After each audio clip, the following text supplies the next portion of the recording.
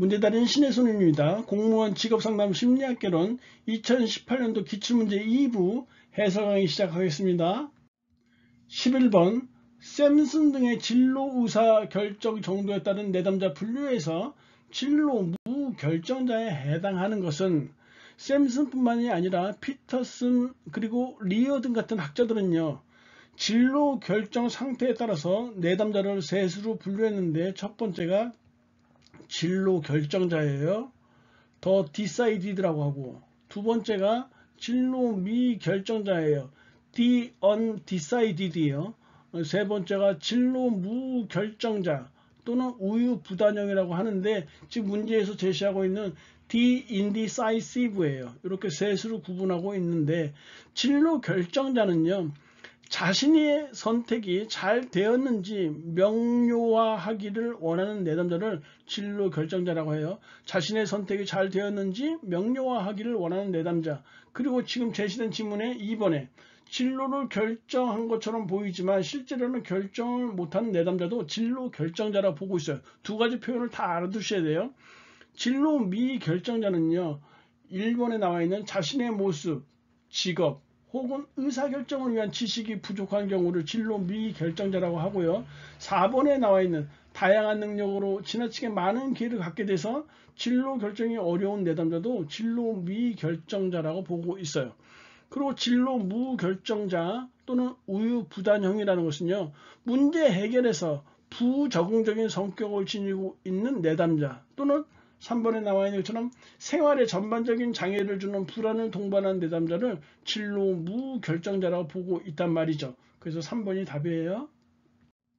12번 다음 설명에 공통으로 해당하는 직업상담 기법은 나와 있는데, 두 번째 보시면 진로 사정이나 전형적인 하루, 일상적 하루 같은 표현이고요. 강점과 약점, 그리고 요약의 네 부분으로 구성되어 있다고 했었죠. 진전 강요라는 네 부분으로 구성되어 있는 것은 생애 진로 사정이에요. 생애 진로 사정은요, 상담사와 내담자가 처음 만났을 때 이용할 수 있는 구조화된 면접 기법이에요. 구조화되어 있다는 표현을 잘 보셔야 돼요. 구조화된 면접 기법이고요. 아들러의 개인 심리학을 이렇게 기본으로 바탕으로 삼고 있다는 것을 잘 알고 계셔야 돼요. 아들러의 개인 심리학에 기초한 질적 평가 절차이다. 이 답은 2번이네요. 13번 상담자가 지켜야 할 직업윤리 중에서 내담자에 대한 비밀 보장의 한계나 예외에 해당하지 않는 것은, 상담사는 당연히 내담자와 상담한 내용에 대해서 비밀 준수의 의무가 있겠죠. 그런데 이 비밀을 지키지 않아도 되는 경우가 있단 말이에요. 1번에 법적으로 정보의 공개가 요구되어 있는 경우에는 지키지 않아도 돼요. 두 번째, 자신이 상담사로서의 자격을 박탈당한 경우 말이 되고 싶지도 않고요. 3번에 내담자가 자해하거나 자살할 위험이 있는 경우 비밀 안 지켜도 돼요. 네 번째, 내담자가 전염성이 있는 치명적 질병이 있는 경우 역시 비밀 안 지켜도 돼요. 그 외에도 내담자가 사회 안전을 위협할 수 있는 경우 비밀 안 지켜도 되고요. 그 내담자가 아동 학대하는 경우, 그리고 미성년자인 내담자가 학대를 당하고 있는 경우, 마지막으로 상담자가 슈퍼비전을 받아야 하는 경우에는 비밀 보장의 예외에 해당되어진다. 2번이 답이에요. 14번 수포의 진로 발달 이론에 대한 설명으로 옳지 않은 것은, 수포의 진로 발달 이론은 우리 공시에 굉장히 많이 나와 있는 거기 때문에 핵심 강의 23을 꼭 참조해 주시기 바래요. 1번의 생애 진로 무지개 모형은 이렇고 아침 모형은 이렇게 되어 있고, 그리고 한 개인의 주요 역할은 이렇게 쭉 나와 있다. 1, 2, 3번은 모두 맞는 내용이에요. 하지만 수포의 진로 발달 단계를 보시면요, 5단계로 되어 있죠. 성장기 되어 있고, 탐색기 되어 있어요. 확립기 되어 있고, 유지기 있고, 쇠퇴기 있단 말이에요. 그래서 우리가 외울 때 성탐, 확유세 이렇게 외웠어요. 성장기, 탐색기, 확립기, 유지기, 쇠퇴기요. 성장기의 하위 단계는요, 환상기, 흥미기, 능력기 이렇게 되고요. 탐색기의 하위 단계는 잠정기, 전환기, 시행기 이렇게 나눠져요. 그리고 확립기의 하위 단계는 시행기, 안정기, 그리고 승진기로 이렇게 나눠지고요. 유지기, 쇠퇴기는 하위 단계가 존재하지 않는단 말이에요. 그래서 지금 4번에 유지기의 하위 단계가 아니라 확립기의 하위 단계가 시행 및 안정기, 승진기가 있다. 맞는, 이게 이렇게 고쳐져야 맞는 것이에요. 그래서 4번이 틀렸네요. 15번. 심리검사에서 규준의 종류에 대한 설명으로 옳은 것은 표준 등급은 원점수를 1부터 10까지 아니 1부터 9까지 9개의 범주로 나눈 것이 표준 등급이에요.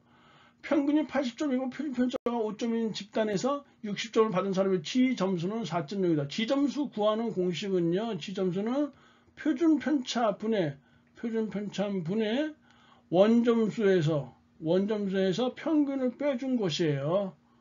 그러니까 표준 편차가 5라고 했으니까 5분의 원점수 60에서 80을 이렇게 마이너스 하면은 플러스 4.0이 아니라 마이너스 4.0이 돼야 되겠죠. 그래서 2번이 틀렸네요. 3번에 G점수가 2.0인 사람의 T점수는 70점이다. T점수 구하는 공식은 T 이퀄 바로 10 곱하기 G요. 10 곱하기 G 플러스 50을 해주거든요. 그래서 G가 2라고 했으니까 합치면 70점. 그래서 3번이 맞는 답이네요. 4번에 백분위는 특정 개인의 점수를 그가 속한 집단에서 그 사람보다 점수가 높은 그 사람보다 점수가 낮은 사람들의 비율로 나타낸 것이다. 그래서 100분의 95 하면 자기보다 점수가 낮은 사람들의 비율이 95%다. 이렇게 보시면 되겠네요. 그래서 3번이 정답이고요. 16번. 신뢰도에 영향을 주는 요인이요. 직업상담사 2차 실기에 여러 차례 나왔던 것인데 5가지를 들었었어요. 신뢰도에 영향을 주는 요인은요. 우리가 개인차 들 수 있고요. 문항수 들 수 있어요. 문항 반응수 있었고 문항 반응수예요. 그리고 검사 유형이 있고 그리고 신뢰도 이렇게 측정 방법이 있어요. 그래서 우리가 외울 때 계문 문검신 이렇게 외웠단 말이에요. 3번에 보시면 검사 대상이 되는 집단의 개인차가 클수록 검사, 재검사 신뢰도 개수는 커진다라는 것이죠. 다시 말해서 천재와 둔재 같이 이렇게 개인차가 크게 되면 검사, 재검사를 여러 차례 실시해도 검사의 결과가 일관성을 유지할 거 아니에요. 신뢰도는 일관성이니까요. 그래서 3번 맞는 3번이 틀린 내용이네요. 그럼 3번 답이네요. 그 다음에 문항수는요. 검사의 문항수와 그 검사의 신뢰도가 정비례하는 것은 아니다 나와 있는데 문항수가 적은 것보다 문항수가 어느 정도 있는 것이 신뢰도가 유지될 수 있어요. 하지만 문항수를 무한대로 늘린다고 해서 신뢰도까지 무한대로 정비례로 증가하는 것은 아니에요. 다시 말해서 한 문제를 갖고서 이 사람이 똑똑하다 무식하다 볼 수 없겠죠. 그래도 대체적으로 한 20-30문제는 풀어봐야 아는 거 아니에요. 그래서 문항수를 높이면 신뢰도가 어느 정도 올라가요. 하지만 신뢰도가 정비라는 것은 아니에요. 어느 수준에 가면 거의 일정하게 나오니까 2번은 맞는 내용이에요. 1번에 같은 검사라도 신뢰도 측정 방법에 따라서 신뢰도 개수가 당연히 달라지겠죠. 신뢰도 측정 방법이 당연히 달라져요. 검사 재검사법으로 측정하느냐 아니면은 동형검사 신뢰도로 측정하느냐에 따라서 신뢰도 개수가 달라질 수 있겠죠. 4번에 검사 유형이요. 속도 검사 같은 경우에는 전후 반분법보다는 검사 재검사법의 신뢰도 개수 구하는데 더 적합하다. 왜냐하면 속도 검사는요 시간의 제한이 있기 때문에 이 전반부에는 시간이 널널하니까 집중해서 할 수 있겠지만 후반부에는 시간이 부족하단 말이에요. 쫓긴단 말이에요. 그러니까 후반부는 대충 찍게 되니까 속도 검사의 경우에는 전후 반분법보다는 검사 재검사법이 더 적합하다라고 볼 수 있어요. 그래서 우리가 계문 문건신 문항 반응수만 남은 것인데요. 이 문항 반응수는요. OX 문제보다는 4지선다나 5지선다 같은 것이 더 신뢰도가 정확하겠죠. 즉 문항 반응수는 적정 크기가 있어야 돼요. 그렇다고 해서 9지선다 10지선다 하면 오히려 신뢰도 개수가 떨어지는 경향이 있단 말이에요. 그래서 우리가 신뢰도에 영향을 주는 요인 5가지 계문 문검신에 대해서 잘 파악해 두시길 바라요. 17번 MBTI의 성격 유형과 직업 관련 특징으로 옳지 않은 것. 직관형 N이 나와 있는데 직관형이라는 말 그대로죠. 직관을 거친 개연성과 육감에 초점을 두는 것이 직관형 N이고요. 때문에 새로운 문제를 새로운 방식으로 해결하기를 좋아하지만 사실에 관한 실수를 자주 하는 편이 바로 직관형 N이에요. 이 직관형 N과 배치되어지는 것이 감각형 S예요. 감각형 S라는 것은 감각을 통해 정보를 수집하고 사실과 자료에 초점을 두는 경우를 감각형이라고 해요. 이번에 판단형 J라는 것이 나와 있는데요. 이 J와 배치되어지는 것이 바로 이 지각형 또는 인식형 P예요. 판단형 J는 신속하고 확고한 의사결정을 하는 것이에요. 반면에 지각형 또는 인식형 P는 정보를 더 수집하기 위해서 의사결정을 미루는 경우예요. 그래서 지각형 P는 변화하는 상황에 잘 적응하고 이를 수정할 수 있는 여지를 두기를 좋아하는 거. 왜? 정보를 더 수집하기 위해서 의사결정을 미루니까요. 그래서 판단형 제2에 반대되는 게 지각형 P예요. 지금 판단형에 대한 설명은 분석하고 논리적으로 정리하기를 좋아하지만 자기도 모르게 다른 사람의 감정을 상하게 할 수 있다라고 보는 것은 바로 사고형 T에 대한 설명이고, 사고형 T에 배치되어지는 것이 바로 이 감정형 F예요. 감정형 F가 밑에 나와 있어요. 다른 사람들의 감정을 잘 알아차리는 경향이 있고 타인에게 동감하려는 경향이 있다. 그래서 3번 맞고 4번 맞고 2번 판단형 J에 대한 설명이 틀렸어요. 판단형 J는 신속하고 확고한 의사결정을 한다고 했었잖아요. 그래서 2번이 답이 돼야 되겠네요. 18번 직업상담의 문제 유형에 대한 설명으로 옳은 것은 크리츠가 나와 있고 보딘이 나와 있고 윌리엄슨이 나와 있고 한꺼번에 다 모아놨단 말이에요. 핵심 강의 3을 참조해 보시는 큰 도움이 될 것 같아요. 일단 크리츠의 분류는요, 크적결연이라고 했었어요. 즉 적응성, 결정성, 현실성 이렇게 세 수로 나누게 되고요. 적응성은 다시 적응형과 부적응형으로 나누게 돼요. 결정성은 다재다능형과 우유부단형으로 이렇게 나누게 되고, 현실성은 비현실형이냐 아니면 강압형이냐 불충족형이냐 이렇게 나누게 돼요. 1번에 보시면 흥미를 느끼는 분야가 있지만 적성이 없어. 의사가 되고 싶은데 전교 꼴찌야 공부가. 이런 사람은 될 수가 없겠죠. 그래서 이거 비현실형에 해당한다. 1번이 답이네요. 크리츠의 분류에서 적성에 따라서 어쩔 수 없이 공부 전교 1등에서 의사 됐는데 흥미가 없어. 이런 경우는 강압형에 해당한다. 부적응형이 아니라 강압형에 해당하는 것이죠.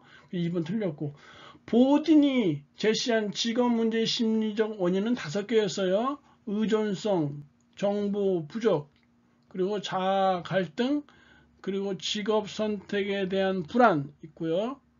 확신 부족 이렇게 5개가 있는데, 그래서 우리가 의장, 자직학 이렇게 외웠단 말이에요. 자아 개념이 서로 갈등하는 경우는 바로 이 자아 갈등에 해당하는 내용이에요. 자아 갈등이죠. 그래서 이게 확신의 부족이 아니고 자아 갈등이다. 3번 틀렸네요. 4번에 윌리엄슨의 분류는 4개로 나누고 있어요.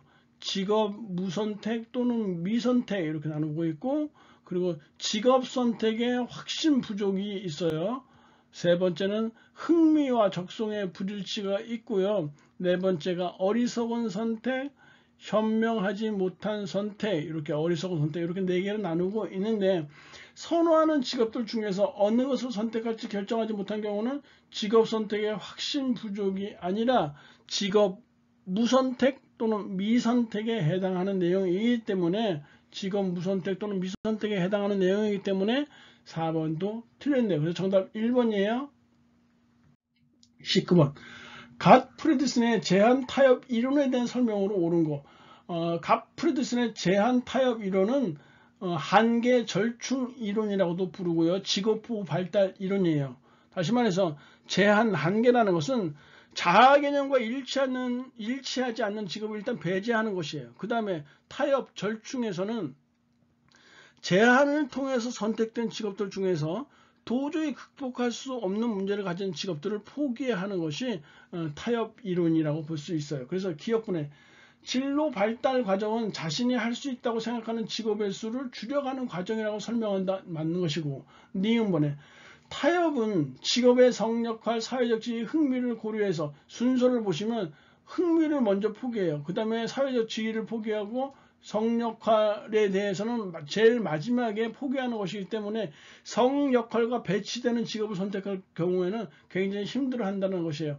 아무튼 이런 것을 고려해서 자신이 선택할 직업을 조정해 나가는 것을 의미한다. 기억, 니은 맞는 것인데요. 디귿번에 자아 기능과 맞지 않는 직업을 제한하는 과정은 5단계가 아니라 우리가 심과 크기 지향성, 그리고 성역할 지향성, 사회적 가치 지향성, 내적 고유한 자아 지향성 4단계로 나누어져 있어요. 디귿번 틀렸어요.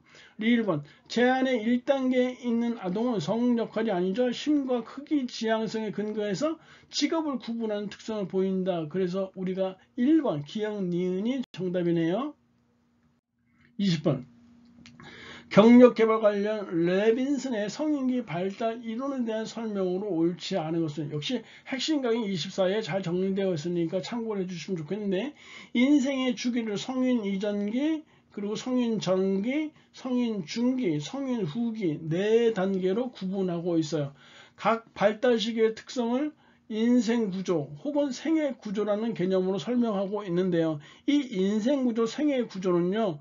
초보 인생 구조요. 초보 인생 구조. 그리고 전환기가 있어요. 전환기가 있고 그 다음에 절정 인생 구조로 이렇게 구성되어 있다는 것을 알아두시기 바래요. 과도기 혹은 전환기는요.